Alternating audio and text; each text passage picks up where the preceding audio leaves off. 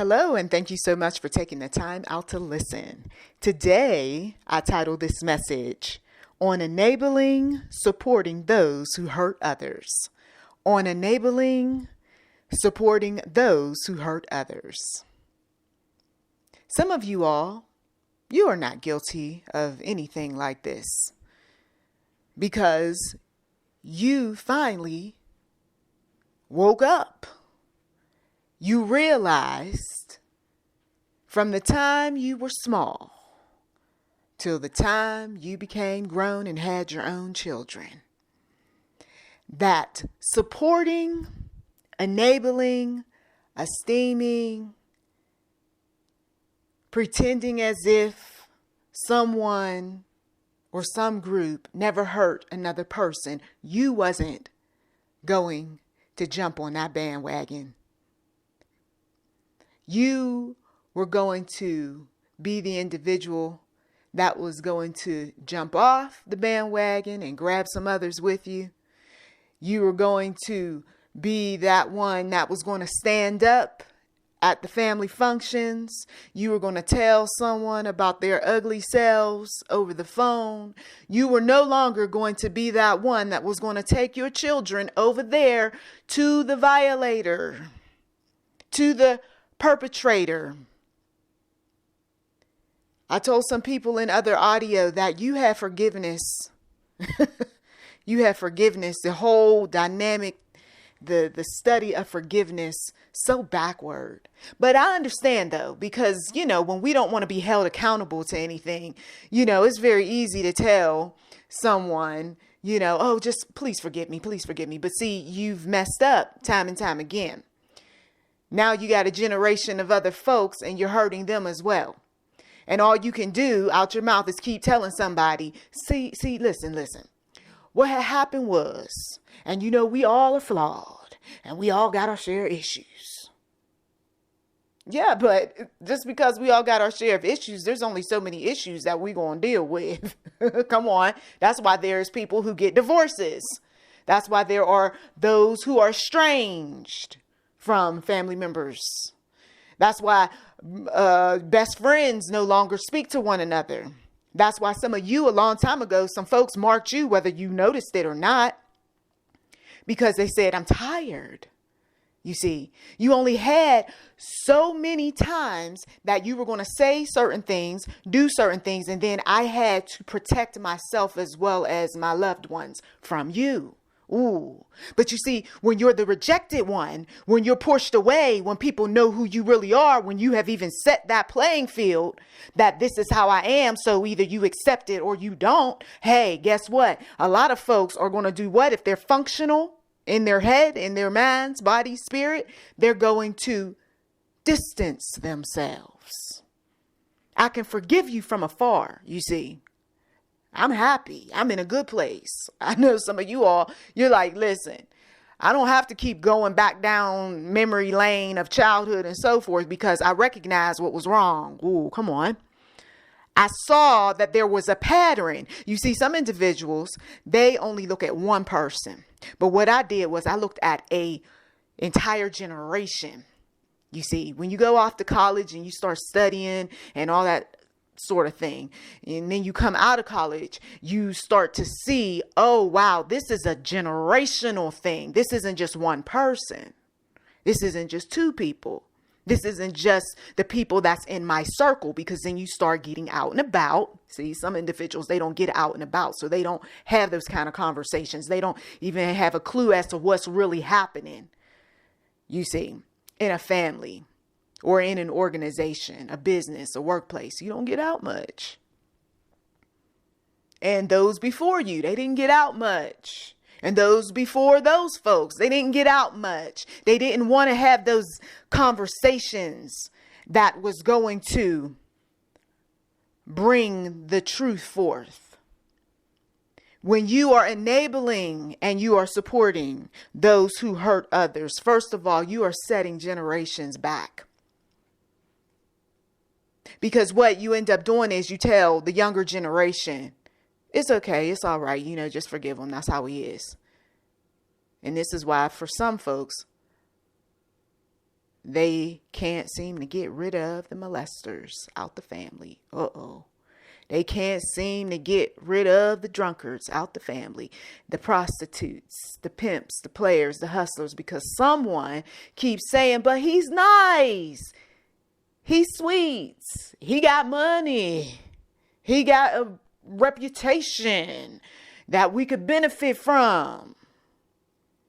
Now his sons and daughters, they got opportunities too. So let's just let some things slide because there's money to be made. Oh, so that's what you do. You make deals with the devil, huh? You will set up. Am I offending someone? Oh, maybe the same one who likes to, go, thumbs down. Hey, truth is truth. Come on. Some of you all, you said it to some individuals. You said, listen, I'm not compromising. I'm not selling my soul to the devil. I'm not going out there, stealing, lying. I'm not going out there telling people that so-and-so is not a thief. When we got those people in the family, why do folks want to just keep playing this little game? Like, no, I don't know what you're talking about. We don't have any thieves in the family. Yes, you do. You been had thieves in the family.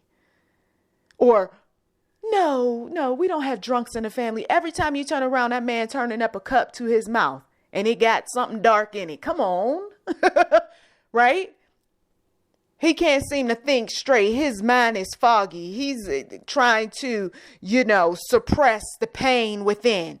He don't take God seriously or the people of God seriously. Every time the truth is being ushered out, the devil in him or around him says, shut up.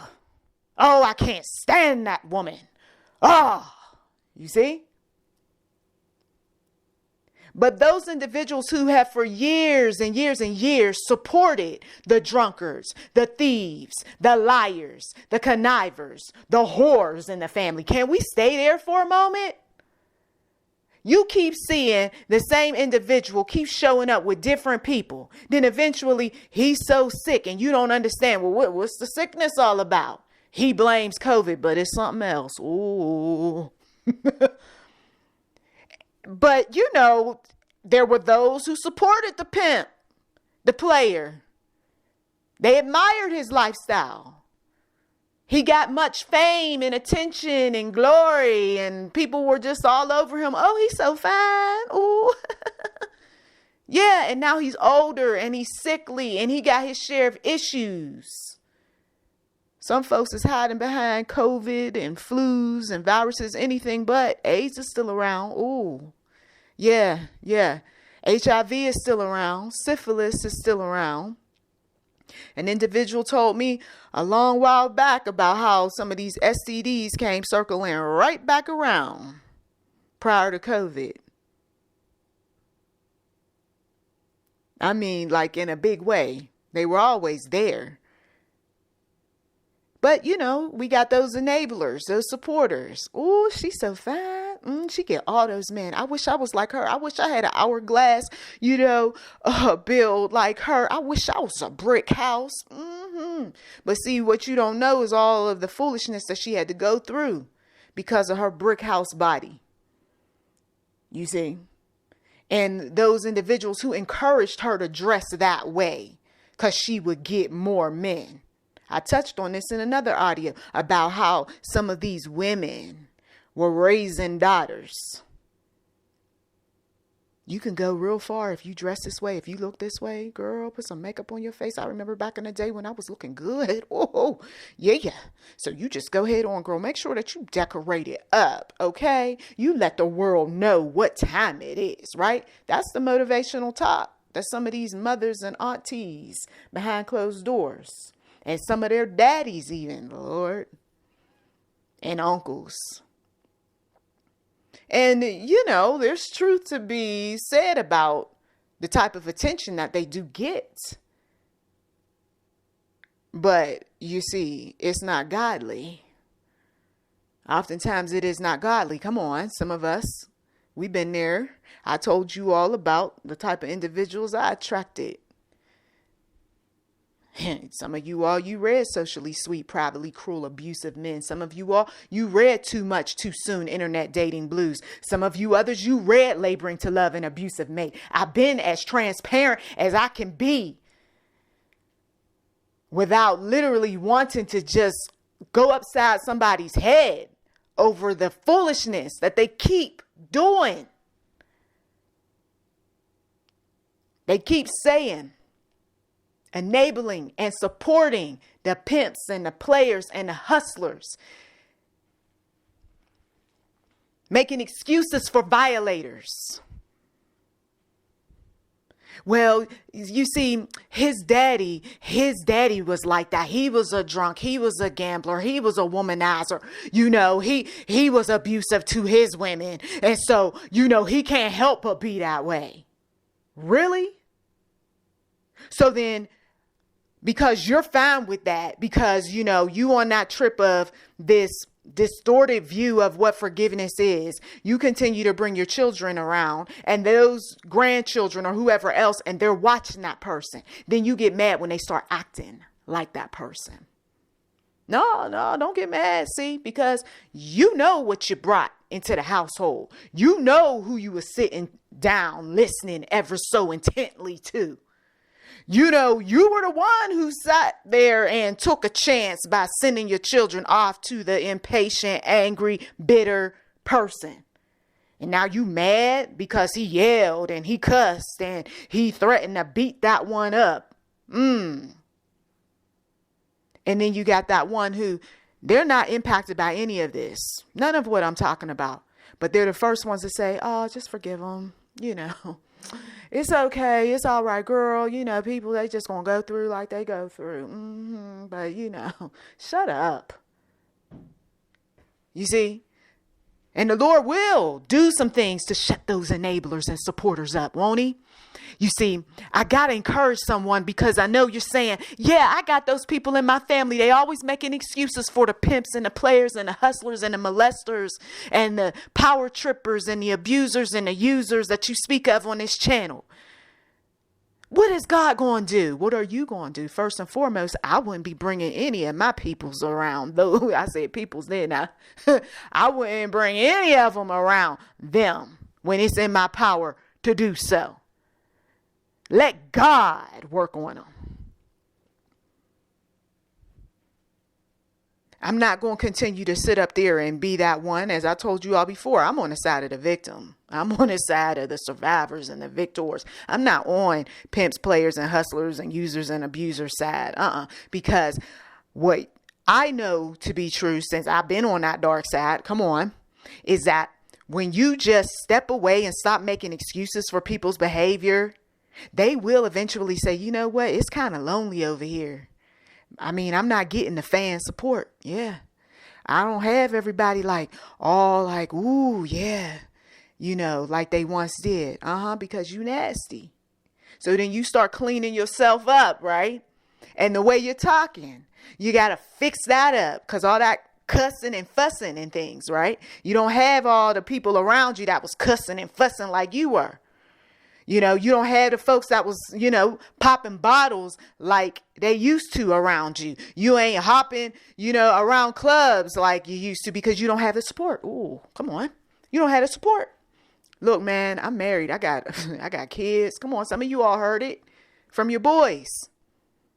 Or now grown men. I ain't your boy no more. I'm a grown, you know what, man. All right. I got a wife. I got some kids. I ain't got time to be dealing with what you on, bruh. You see? You can tell I've been around. I done heard. Or the sisters. I remember back in the day. I'm still talking about, hey, who want to go to the club? We going whoop, whoop, right? And there were those individuals that was like, oh, you know what? I ain't even trying to go to the club because I got, you know, some studying I got to attend to. I also got, you know, this test, and there's just so much going on right now. I had one individual who he went to the club with me a couple times, and then one day he was like, and this is before I was saved, sanctified, Holy Spirit filled. One day he said, I'm going to church. I was like, ooh. And then the next time around, And I'm like, yeah, you trying to, get into something, whatever. He's like, nah, I'm going to church. I was like, oh. And then I started to notice a pattern that he was doing something different. He was changing. So one day I asked him, I said, well, can I go to church with you? Some of you all know from an old audio what that answer was. He said, no. It wouldn't be until years later that I would finally take God and the people of God seriously. Instead of having that type of attitude like, oh, they think they all that. They think they're good. They think, you see, the people of God who no longer support the dark side, the children of darkness. It's not about they think they're so and you fill in a blank. What it is that God has set up this division. He separated the wheat from the tares. He's no longer going along with whatever it is that man or woman feels is good and right and whatever else. Initially, he goes along as long as you're doing something that looks like that Bible, what's in that Bible. But then when you start deviating, oh no, he's no longer in support. Even God himself isn't in support. Doesn't mean that, oh God, he didn't forgive me because, blah, blah, blah. No, I mean, God, it's not an issue of forgiveness. It's about the fact that he doesn't want to continue to watch you do what you are doing when he's already used people, places, and things to tell you to stop. You got individuals who you trying to lose weight and here they come buying everything under the sun for you. I don't need you to support the addiction.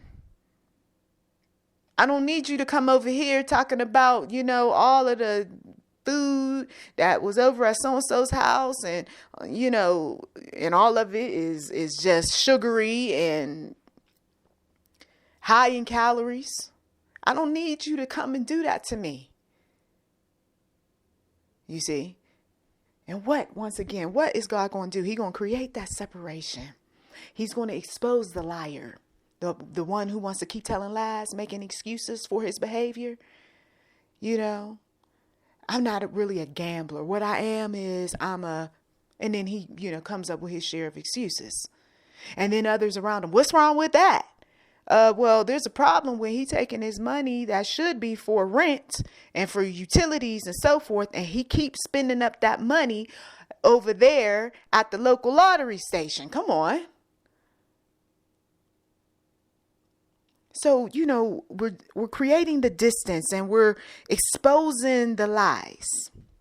We're telling the truths. We're safeguarding our children. This isn't one of those episodes with a psychologist where we're bringing all the family together, and we're making excuses and, we're sweeping things under the rug. And at the end of the show, everybody is getting along. This isn't one of those situations. This is, I've already tried, or I've already talked to, or I've already been around these people for most of my life. And I've already seen not just one person acting this way, but many people acting in various ways similar to those who were supposed to be the mentors or those that are supposed to be the matriarchs and patriarchs of the family or what have you. You see, some of you all, the deceased is still haunting you. I'm going there. Things are going to get spiritual real quick. And then we'll get back to these things that you've got to do to set yourself apart, away from, distance, being that one that God wants you to be. But the deceased are still haunting you. Even though daddy died over 50 some years ago, or maybe mama died 10 years ago, or maybe it was a sister or a brother that acted like a mother or father, you're still being haunted by what they put upon you or what you saw or what you experienced growing up in that household.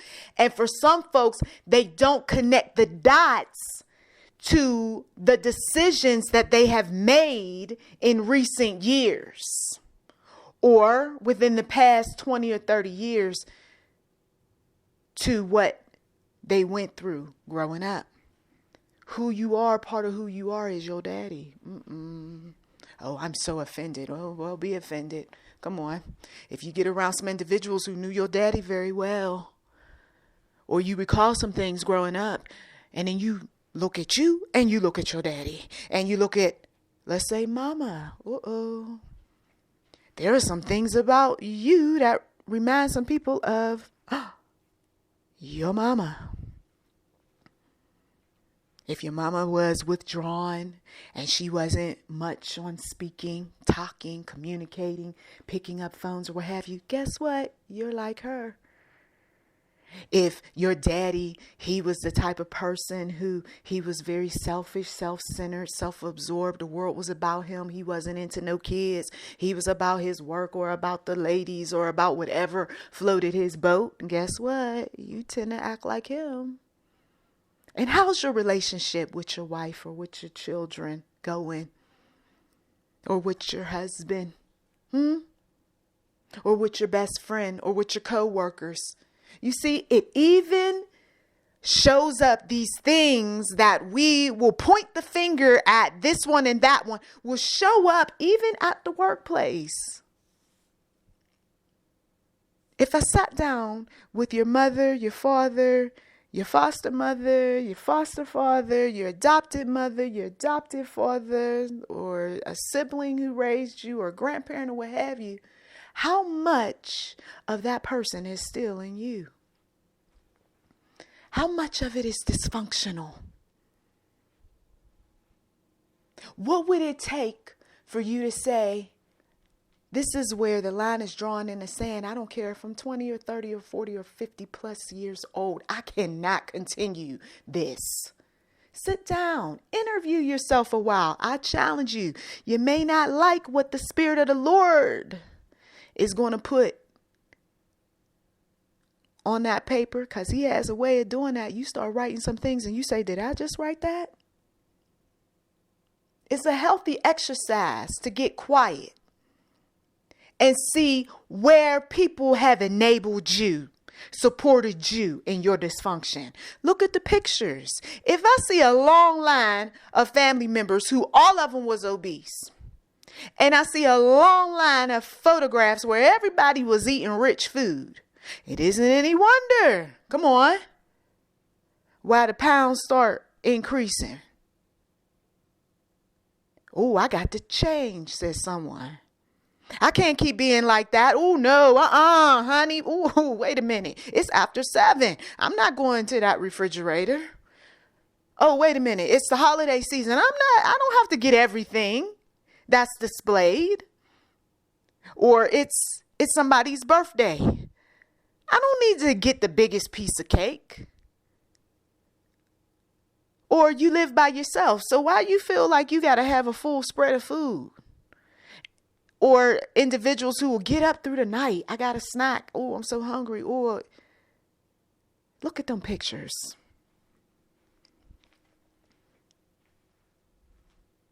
Those things that they passed away from related to. Some individuals say, well, what does this have to do, though, with enabling and supporting? It got everything to do with, because sometimes in the photographs that you have displayed everywhere, you are enabling, you are supporting what you're currently going through. My daddy was a gangster, somebody said. So they got some pictures all around where daddy got the gun, he got the money, he leaned to the side, got that fly Cadillac in the background. Oh yeah, okay, The photograph is speaking to you. Even though daddy been gone how long? How many years? You using the photograph to enable the foolish lifestyle. You getting up through the night, eating all sorts of things, and then you got that picture of, or pictures of all those obese people Don't matter who they are, mother, sister, brother, whoever. What if they weren't a mother, sister, brother, or what have you? You wouldn't be having them up on the wall looking like that, would you? But yes, some individuals do. Mama, she on the other side talking about, I wish she would take that ugly picture down. That wasn't my best. My best was back when I was in my 20s and I was 100 and whatever pounds, says someone. So why you got your motivation being somebody who could not get their addiction under control that you see every single day? See, look, we got to go. We got to go there. Sorry, got to take this picture down off the wall. This isn't very motivating. If I am going to put a picture up on a wall, it's going to be where everybody was looking good. They were at their healthiest. But some folks, I realize they don't even have no photographs of when they were once healthy. Photographs have a way of enabling and supporting the dysfunction and the addiction. What are some other things that can support, enable? You supposed to be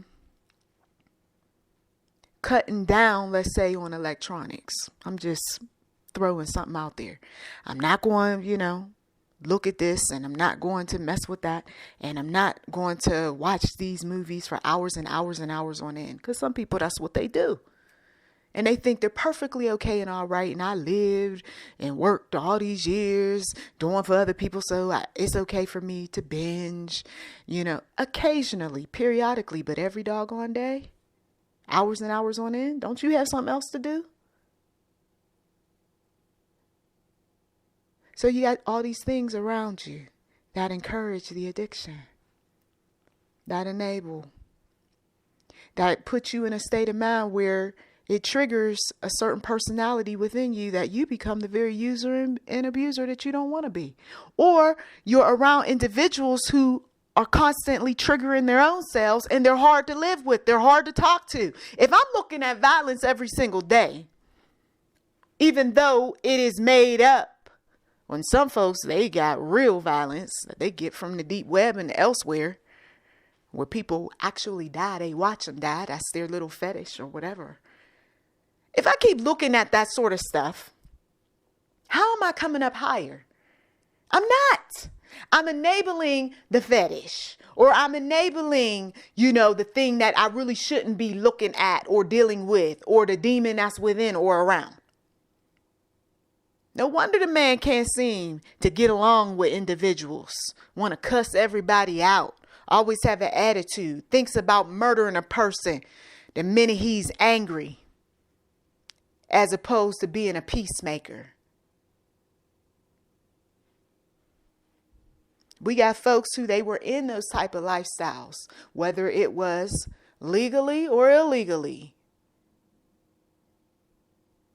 And then they look around for other people to encourage the violence, to encourage the anger. Yeah, you angry? I'm angry. Yeah, man, that's all right. That's all right. Let's go get this fool. Let's go, tell him about himself. Let me just pull this car over, get out my ride, walk back here and tell him how it was really going to go down.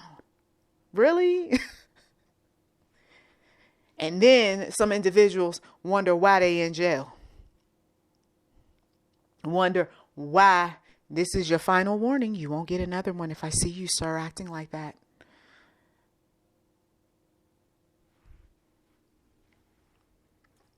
You need some folks that need to tell you every now and again, or some people who need to tell, or you may be the one that need to tell someone, I'm not going to continue to support you or enable you. I'm not going to be the one that's going to take these children over to you so that you can sit up there and say all this crazy stuff to them.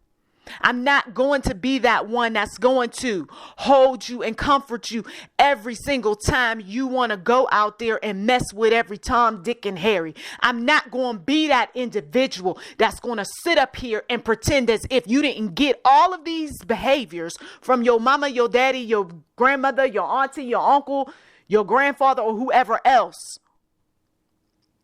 and say, oh, it's okay. Those days are over with. Come on, somebody got to start practicing that. Get in the mirror and say, those days are over with. My life. My life is about the one true God and where he wants me to go and what he wants me to do and who he wants me to listen to and who he doesn't want me to listen to. And your title means nothing. You got to get to a place where a title means nothing. Titles are earned. Titles are earned. You don't just get a title just because. Since when you walk into a workplace and somebody says, I'm going to make you manager, when they hired you on as a janitor or they hired you on as a secretary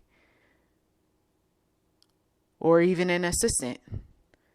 How you figure you just going to walk up into an establishment one day and say, so I should get this title as manager? And they're like, okay, well, what makes you think you should be a manager? And then unless you can prove, they're not going to give you that. This is how the Lord sees many of us when we're wayward in the faith.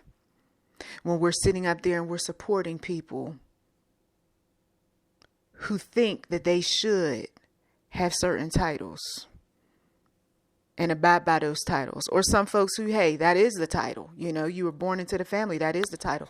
But is that person acting in the way that they're supposed to be acting? Did God tell you to get on the phone and talk to that person every single day or every other day? If God himself is warning you, it doesn't matter what the title is. You shouldn't be sitting on the phone listening to every little itty bitty thing, taking their advice and then using that dysfunctional advice to raise your children or parent your grandchildren or, talk to young people out there in the world. I don't take my advice from pimps, from players, from hustlers. I listen. They're very entertaining every now and again. And that's just because, hey, you want some respect. You got to give some respect.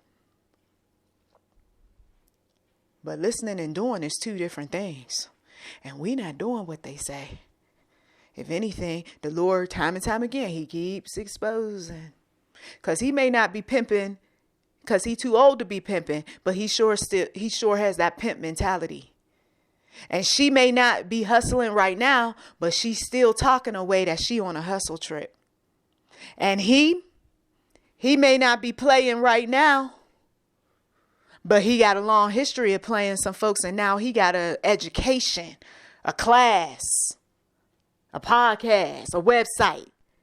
And it sure smells like a player in motion. And people will pay all sorts of money, all sorts of they'll do whatever they can for some individuals who have yet to give their lives over to the one true God. They have yet to humble themselves. They have yet to turn from their wicked ways. They have yet to confess sin and repent. Belief, oh, I believe in God. That's not good enough. And so, going back to these individuals who enable and support and who hurt others, how do we treat these individuals? If you made it to this part of the message, here's your advice. You don't cover up for them. When they tell you a story or when you hear through the grapevine and you know it's fact, you don't cover up. You question, is it true that you did A, B, and C? Of course they're going to tell a lie. And then whatever proof you have, you say, well, unfortunately, I'm not buying into your story. And they may even say, well, why? You don't have to name names, who told you what or what have you. You can just simply say that I don't agree with that. Or that's not the lifestyle that I have chosen for myself or for my children.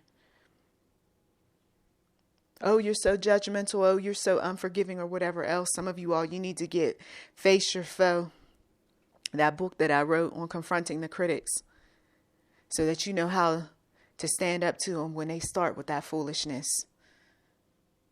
Because, of course, an abuser and a user will always go back to that because they want someone to give them the pass on some things. They want to feel good because you're not making them feel good with your cutthroat speech.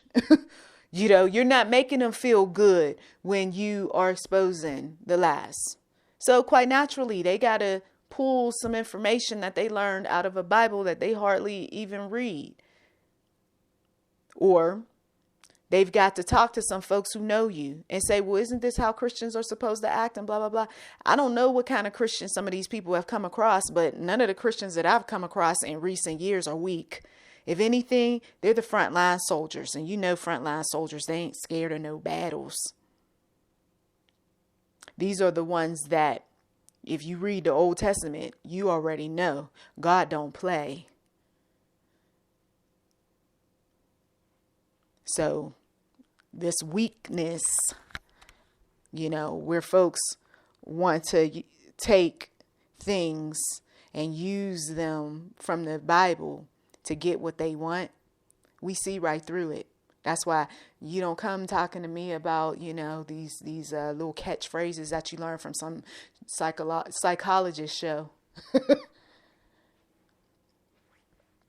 Some of the information is absolutely great. It's beneficial. But there's some information that when you're dealing with the dysfunction on a regular basis and you already know that there's no meeting of the minds and people are not seeing and hearing and wanting to deal with you or deal with the issues or what have you, what I look like? I'm not going to keep playing this little, oh, well, it's okay. I'll be the one that comes over and I'll be the one that calls and I'll be the one that... I'm not doing that. Because you've already done it. That's what victims do.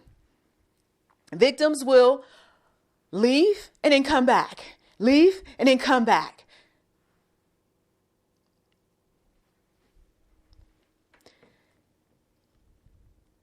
You're also going to be the individual that is not going to discourage those individuals who are hurt by the abuser, the user, what have you, to not say anything. Oh, just don't say anything. No, I want to have this conversation. Oh, just please, please, please. No, because I remember that was done to me. And the reason for that was because the victim still had to interact, still had to deal with. And I don't need you stirring up the pot because that means that that person's not going to come at you. They're going to come at me. When it's in your best interest to stir up the pot according to the will of the Lord, you do just that. Excuse me, middleman. Excuse me, middlewoman. I got to go and talk to this person. You can stop with your little peacemaker speech and you can stop with your forgiving and forgetting because the issues haven't even been dealt with to talk about forgiveness or forgetting. So be quiet. Sit off on the sidelines. This is not your battle. You didn't grow up in the atmosphere, or maybe you didn't work with this person or what have you. Okay. I understand that you want the violins and you want things to be resolved quickly, but this might be something that may take days, weeks, months, even years. That's why some individuals, when they hear arguing going on, they'll say, just let them argue. Just let them argue. Because she been wanting to have this conversation with him for a long time. Or she been wanting very much to say how she truly felt about how he treated her mother or how, the mother treated him or what have you. But we got these individuals who are enablers, who are so-called supporters, who are gathered around talking about everybody calm down, everybody be quiet. Somebody shut that person up. Matter of fact, you don't even have to listen. Why don't you walk down the street somewhere? Sometimes you got to have these conversations when the enablers and the supporters are no longer around. And that may be that they're 6 feet deep in their grave. Okay, now you don't have her no more who's going to put her arms up and separate everybody. Excuse me. But we don't need her anymore or him anymore. It's going to be me and you, bruh. Or it's going to be me and you. Whoever that might be. And you all can fill in the blank. Sometimes there is no me and you no more. Because I think you get the message. You see? And so there it is. The line is drawn in the sand.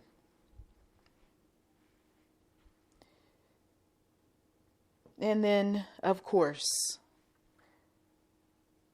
when you are that one who has had, once again, enough, you've already argued over the years, you've already created the distance, you've already heard this thing and that thing that you don't like from this person and from that one, you can move on with your life. There is nothing in the Bible that says I need to go back to the abuser. There is nothing in the Bible that says I'm supposed to sit around a bunch of pimps, players, and hustlers and defend everything that I've ever said or ever did. There is nothing too hard for God.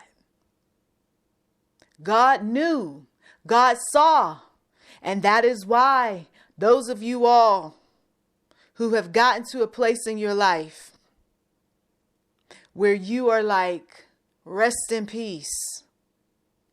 Rest in peace. Wife, husband, dad, daughter, son, what have you.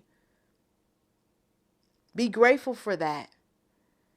But don't talk in a way where you're telling lies. If the family members aren't talking to one another, we're not going to lie and say that, oh, we talk to each other when we don't. I haven't done that. I've said, oh no, I don't talk to family members. A matter of fact, before folks were in their graves, I had already said, I'm not going to be dealing with folk like that. I'm not. I made up in my mind. We're going to keep on talking until somebody end up disrespecting somebody, and then that might be the point of no return. So how about we just do this? You disagree, so I disagree, and we agree to disagree. God bless you. Good night. Love you. Take care.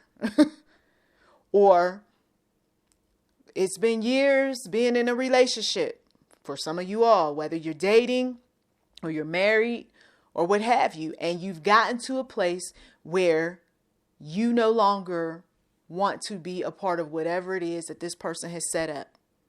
Maybe they set up something that you didn't even talk about, like they're going out there and they're cheating and creeping with whoever. So what? I'm supposed to sit around and just allow somebody to just go out here and cheat and creep and lie? No. Years ago, I drew a line in the sand. We don't have to have a conversation, an argument, or anything else. I can see from your mannerisms, whether you choose to admit it or not, that you don't want to be with me. And that's fine. You see? Or the mothers and the daughters who they got their share of issues. And you got everybody saying, why don't y'all stop arguing? Why can't people stop encouraging them to talk to each other when it's already been said time and time again? I don't want to talk to you. I don't like you. I'm not calling you no more. Okay, well then let some people have some space. And then if they want to come back around again, they will. It's usually going to be some type of sickness or death, or it may be somebody needs something. Or it may not be any of that brings them back together. God himself may just create that division. That's a part that some people don't want to realize or receive. So I hope that you've got ample information today, because I know that some of us, we've gone through our share of issues and we realize that the conversations at some point had to end, and, you know, all of the foolishness that supporters were putting, you know, out there or what have you. No more. And so it is what it is, as some individuals will say, and then others will say, no, it doesn't have to be. It is what it is, because I'm not going to continue to put up with certain things. And that's fine. I thank you as always for taking time out of your busy schedule to listen. You've been listening to YouTube NM Enterprise 7. Feel free to like, subscribe, comment. We do welcome giving on this channel, and thanks in advance.